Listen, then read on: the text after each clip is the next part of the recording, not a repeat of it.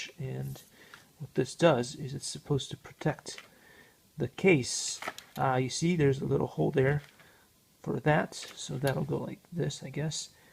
And then the button over here is for that bit over there, which is very cool, and we'll have to figure out how to open this now.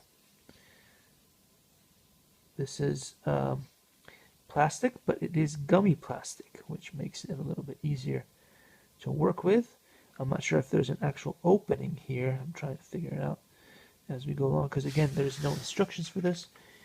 I'm guessing that if we were to just slide these pieces out, you should be able to then do that. Let's see, is there some kind of, there we go. You press one of these things and then press one of these things, and this comes out. Likey.